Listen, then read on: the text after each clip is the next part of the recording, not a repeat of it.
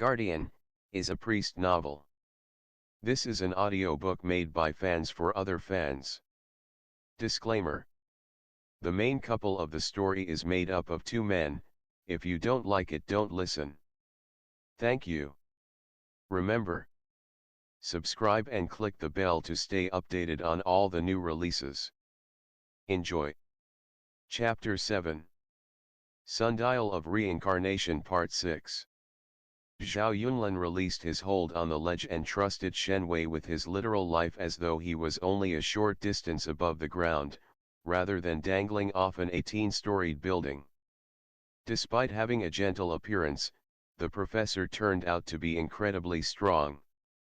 Zhao Yunlan's wrists grew numb and his hands turned purple as Shen Wei pulled him up with great effort.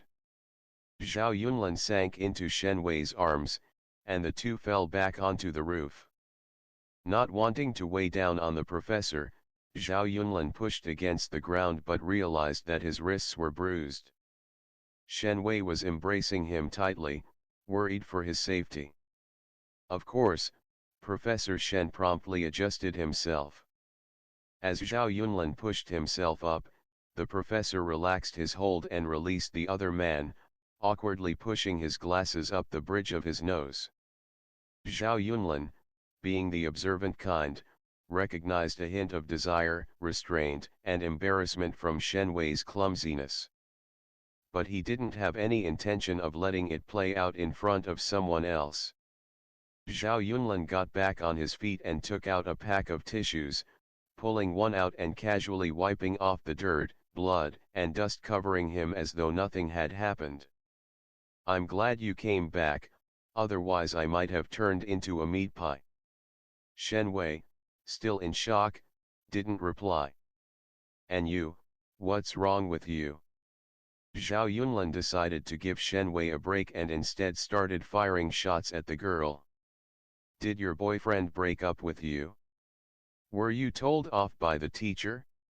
Or did you fail your exams? Kids these days, you're rich enough to afford an education, so you think you can do anything? What, were you just too bored and simply decided to jump down and see what happened?" As tears rolled down her cheeks like a waterfall, the poor girl's sobs soon turned into screeching wails. "That was too dangerous," Professor Shen suddenly uttered. "Totally." Zhao Yunlan continued instantly. "Did you hear your teacher? That was way too dangerous. All right, don't cry now. Let me take you to the hospital, and I'm gonna have to call your parents."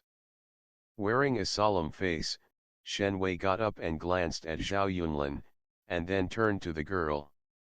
Saying nothing, he merely stared at her, and the girl gradually stopped crying. The professor reminded Zhao of his deceased grandpa.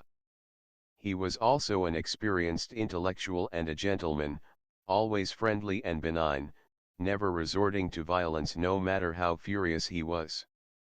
But when angered, his stares were always more than enough to teach those mischievous kids a lesson. "If someone else died because of you, would you be able to live with that?" Shen gravely interrogated her. The girl stuttered, "I'm sorry." Zhao Yunlan felt somewhat embarrassed. "Well, look, I'm still fine, but you really can't be that reckless. You being so young, have your parents alive, and a future to think about. Come now, stop crying, I will take you to the hospital." He glanced at the frozen Professor Shen, and supported the fragile girl by the shoulder and brought her downstairs. Downstairs, the unconscious Guo Changcheng was still lying flat on the ground. Ditching the cat ran forward and woke him up with a few mighty cat punches. The suicide scene caught the attention of a crowd of university personnel, and many teachers came to ask about the incident. Amidst the curious crowd, Guo Changcheng gradually regained consciousness. Guo Changcheng opened his eyes, his face a bit bloodied. The chief, beside a young girl in a rather awkward state, said, "You need some physical training, you can't do this job if you pass out all the time." Guo Changcheng lowered his head in shame. Zhao Yunlan briefly hesitated and continued, I have something to take care of here, so how about you go investigate the background of the victim with De Cheng? Do you think you can handle that on your own? Emphasizing on your own, De Cheng naughtily meowed and curiously licked its paws. Guo shivered. This was a glorious but challenging mission. Wearing a reluctant and miserable face, Guo raised his head in despair. Zhao, ignoring his silent complaint, patted the other's head benevolently and left without a word. Shen Wei, face twisted in a strange expression, had yet to say a word. Someone whispered and inquired about what happened, but he only shook his head. Finally, out of everyone's line of sight, Shen Wei put his hand firmly against his collarbone. An outline of a pendant could be seen beneath his shirt. After closing his eyes and taking a deep breath, he followed after Zhao Yunlan. On the way down, Zhao Yunlan asked the girl, "What's your name?" Li Qian. "Which faculty are you from? What year?" "Foreign languages, postgraduate year 1. "Were you born here?" Hesitating, Li Qian nodded slowly. "So why did you do it?" Li Qian stood silent. Zhao Yunlan carefully studied Li Qian.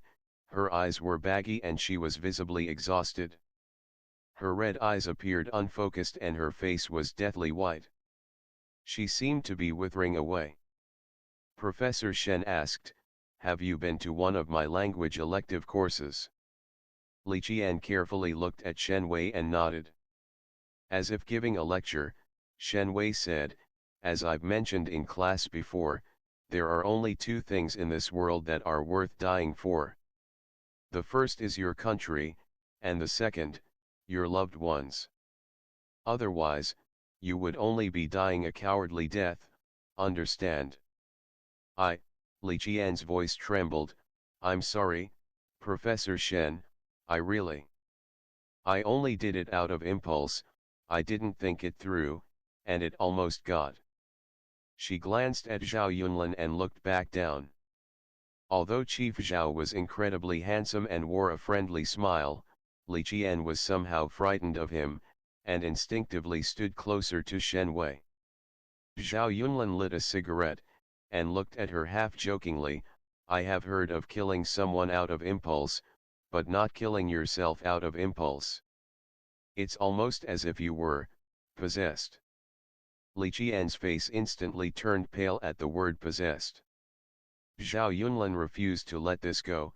"What are you afraid of? Tell me, did you see something on the rooftop?" Li Qian laughed unconvincingly, "It's just the rooftop, what could I have seen?" "But I saw something." Zhao Yunlan staring off to space, and blew out a cloud of smoke. "When you jumped down, there was a crowd on the rooftop, and they were all laughing at you." Li Qian trembled and held her arms tightly, her teeth rattling. Zhao Yunlan sized her up and flicked some ash. Nudging her shoulder, he said, "Right, go inside, this is the school's hospital." Shen Wei accompanied Li Qian into the hospital while Zhao Yunlan stood outside, still smoking. Dragon City University's school hospital had an artificial river at the entrance, with a small bridge across it. Zhao Yunlan sluggishly leaned against its wooden railing, and slowly exhaled smoke on his watch. The white smoke disappeared, and a cloud of white mist saturated the inside of the watch. Shortly after, an elderly woman appeared, staring at Zhao Yunlan through the watch. The old cat might have been right, it's a new ghost that only just died less than a week ago. Zhao Yunlan raised his eyebrows, murmuring, appearing on the revealing mirror in broad daylight, "What kind of ghost has that kind of power? Old lady, who are you really?" Hearing footsteps, Zhao Yunlan quickly wiped the watch clean, and the reflection disappeared. He turned around to find Shen Wei carrying a small tray full of wet towels and medicine. Shen Wei set aside the tray and took Zhao Yunlan's injured elbow. Gently rolling up his sleeve, Shen Wei grabbed the distilled water on the tray. "It's okay, I can do it myself." "By yourself?" Shen Wei washed the wound with water and dried it with cotton pads, as if he were taking care of a newborn baby. "Tell me if it hurts." Zhao Yunlan, feeling slightly uncomfortable, stepped backwards. "I'm fine, really." Shen Wei continued, "What if it gets infected?" Shen Wei had long eyelashes, so when he looked down, he had a certain charm, almost like a well-crafted character straight from an oil painting. His glasses obscured parts of his face, but just a single look closer made apparent his glaringly appealing glamour. Zhao Yunlan's perverted heart itched. Zhao Yunlan wasn't exactly gay, but his taste was certainly wider than most. And better yet, he had to be the most perverted guy one had ever met, be it either a man or a woman. Anyone who was beautiful was enough. Ring his bell. Luckily, he was just a perverted jerk, not a perverted playboy. If he fell for someone, he was determined and loyal, so credibly, he wasn't too shabby of a lover. Around half a year had passed since the end of his last relationship, and Professor Shen was wholly his cup of tea. It was hard to resist such temptation. Go for it, or leave him alone. Shen Wei was the type of guy who looked exceptionally serious. It was clear to Zhao Yunlan what he had to offer: a bizarre and unconventional career, as well as a frivolous and callous lifestyle of drinking and partying. Sure, he drove an expensive car, but he lived in a dog's lair. He wasn't exactly boyfriend material, let alone the guy you'd want to settle down with and marry. He should probably stay away from someone who's decent and well educated, but the young professor seemed to be attracted to Zhao Yunlan, and he was such a catch too. It would be too much of a waste if Zhao Yunlan lets this go. Shen Wei cleaned the wound, applied the medicine, and was just about to bandage his elbow with gauze when Zhao Yunlan stopped him. "It's just a scratch, the gauze is unnecessary. I don't want to look like a mummy." Zhao Yunlan put off his cigarette and slung his arm around Shen Wei. "Now, shall we go take a look at the girl?" The professor froze up like a statue and stumbled a few steps forward, his ears and neck dyed in shades of pink. He frantically wriggled out of Zhao Yunlan's arm and pretended to calmly pull at his shirt. "What are you so embarrassed about?" "Like a girl," Zhao Yunlan chuckled carelessly, and suddenly changed the subject. "Professor Shen, have you perhaps met me before?" End of the chapter. Chapter 8. Sundial of Reincarnation Part 7. Shen Wei's mind went blank the second he locked eyes with Zhao Yunlan. Mesmerized, his eyes seemed to be drawn to Zhao Yunlan's, locking together like magnets. Several moments passed as he gazed in stupefaction. Shen Wei had really made a blunder today. He shouldn't have met Zhao Yunlan in the first place. Zhao Yunlan didn't know anything, didn't remember anything. He'd already crossed the bridge of fate, drunk the forgetful water, passed the 6 realms of existence, and completed reincarnation. His soul had long been washed clean. How could he remember anything? With a piercing gaze, Shen Wei stared intently at the other's handsome face. He really wanted to feel the touch of his skin, the warmth of his body, just one more time. After God knows how long, Shen Wei cleared his throat and replied bitterly, "I have met you before." Zhao Yunlan waited for his explanation. "Countless times, I've never had the courage to find you, yet I know everything about you." Shen Wei almost said this out loud, but restrained himself, and instead stuttered out, "In a case that you'd worked on." Zhao Yunlan was stunned. "Which one?" Shen Wei no longer stuttered. Perhaps after the first lie, the lying thereafter didn't feel as bad. The 12 suicides at the Twin Tower, around 5 or 6 years ago. I was about to graduate back then, and I was looking for a cheap flat, so I chose Twin Tower. The suicides there had caused the price to plummet. Zhao Yunlan frowned, pausing to think. I'm certain I never saw you there. You didn't see me, but I was living on the top floor, so I saw you. I even saw, Shen Wei momentarily paused, put on an astonished pretense, and said, I even saw you pull a dark shadow from a room and stuff it into a bottle. You then said, the criminal is caught, our work here is done. Zhao Yunlan was startled. You lived on the top floor? You really are quite fearless. Shen Wei dropped his head. You can check, I'm not lying. He naturally wasn't lying. He really did live there at the time, but all because he wanted to take a peek at a certain someone. He conveniently left this small detail out, though it pained him to lie about it. Zhao Yunlan looked convinced and even joked, negligence, that was negligence on my part. We're supposed to erase the memories of normal citizens who got involved, but somehow, I missed you. So, how did you feel? Did it make you question everything you believed in? Instead of a reply, Shen Wei flashed him a difficult smile. After entering the hospital, they saw Li Qian sitting by the window while holding a hot cup of tea. Gloomy and depressed, she stood staring at her shadow. Zhao Yunlan knocked on the door, making Li Qian jump. Only after seeing that it was Zhao Yunlan and Shen Wei did she ease. Zhao Yunlan glanced at his watch. The reflection of the old lady was still there, but the watch hadn't turned red. It was too strange. This new ghost was probably gathering life energy. Perhaps, she was about to reincarnate. Zhao Yunlan sat on the bed beside Li Qian. I have a few questions for you. Li Qian looked at him, her face pale. Since Professor Shen already knew about Zhao Yunlan's line of work, Zhao Yunlan wasn't afraid to question in front of him. Recently, have you noticed any strange occurrences? Li Qian's only response was a horrified expression. I see. Zhao Yunlan stared at her forehead.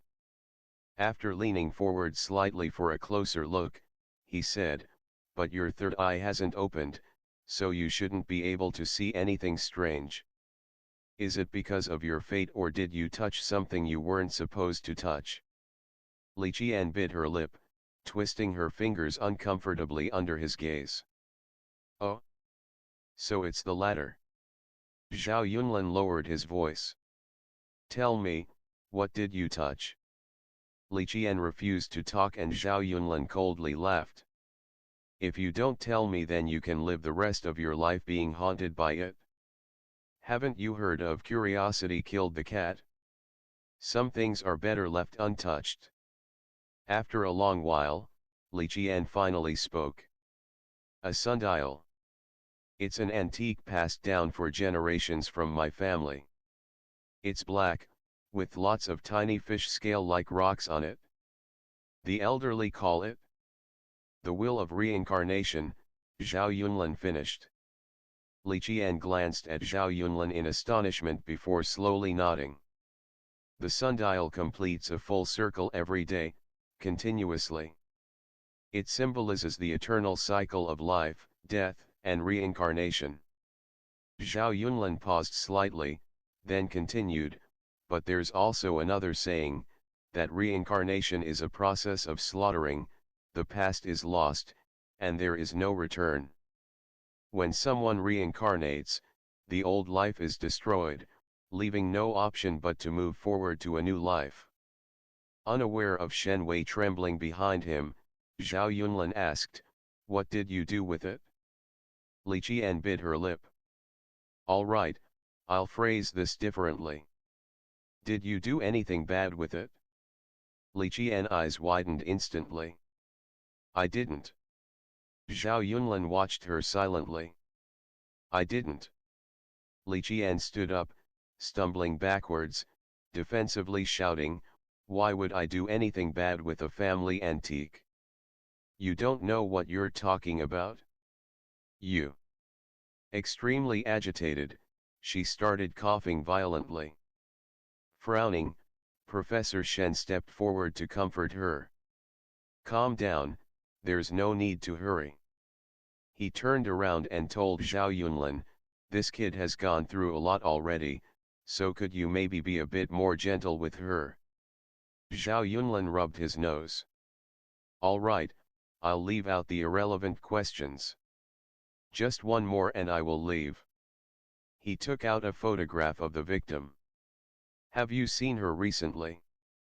Li Qian glanced at the picture and shook her head. But a moment later, as if she recalled something, she grabbed hold of the photo. After studying it closely, she said uncertainly, "I might have seen someone like her yesterday, looked just a bit like her." Zhao Yunlan tensed up. "Exactly when yesterday? What was she wearing?" "It was at night." Li Qian paused, thinking. "Last night I left only after the library had closed, so around 10 o'clock. I went out of campus to buy something, and I saw her at the entrance. I don't really remember her clothes." "Oh right, I remember. She wore the orientation camp t-shirt, I have the same t-shirt as well, so I noticed her."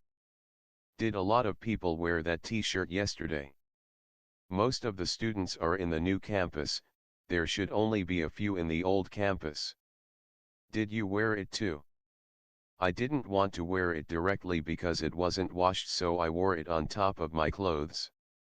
Then it was a little hot, so I just stuffed it in my bag." "Oh." Zhao Yunlan hesitated, before asking, "When you saw her, were there people around?" "Yes, quite a few people were passing by, and there were some cars as well." Li Qian, sensing something from Zhao Yunlan's expression, asked, "What's wrong?" "No, I don't mean the main road, I'm talking about the small alley on the side." "Did she go in there? Were there other people?" Li Qian began feeling uncomfortable. I don't really remember, maybe. She might have gone in there, but I didn't go in.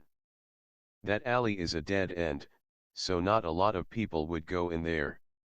"You didn't walk over to the east side?" Zhao Yunlan interrupted her. Ah, ah, I didn't." "Why not? Don't you live there?" Zhao Yunlan continued. Li Qian, lacking an excuse, muttered inaudibly, before finally saying, "I took another route to go buy something." "Didn't you say that you came back to campus after buying something outside?" Zhao Yunlan interrupted her again, his tone turning more solemn by the second. "I'd like to be nice to you, but you've got to cooperate with the investigation. Can you tell me the truth?" Li Qian tensed up again and clutched her clothes. "I'm telling the truth. Her name is Luru Ime, she's also a postgraduate student here. She died last night." Zhao Yunlan glared at Li Qian, slowly pronouncing each word. "The estimated time of death is around 10 o'clock, which means, you may well be the last person who saw her alive." Li Qian's irises contracted and the cup in her hand fell crashing onto the floor, breaking. Her lips turned pale with horror, her eyes twitched, and her fingers started to tremble. End of the chapter. Stay tuned for more BL.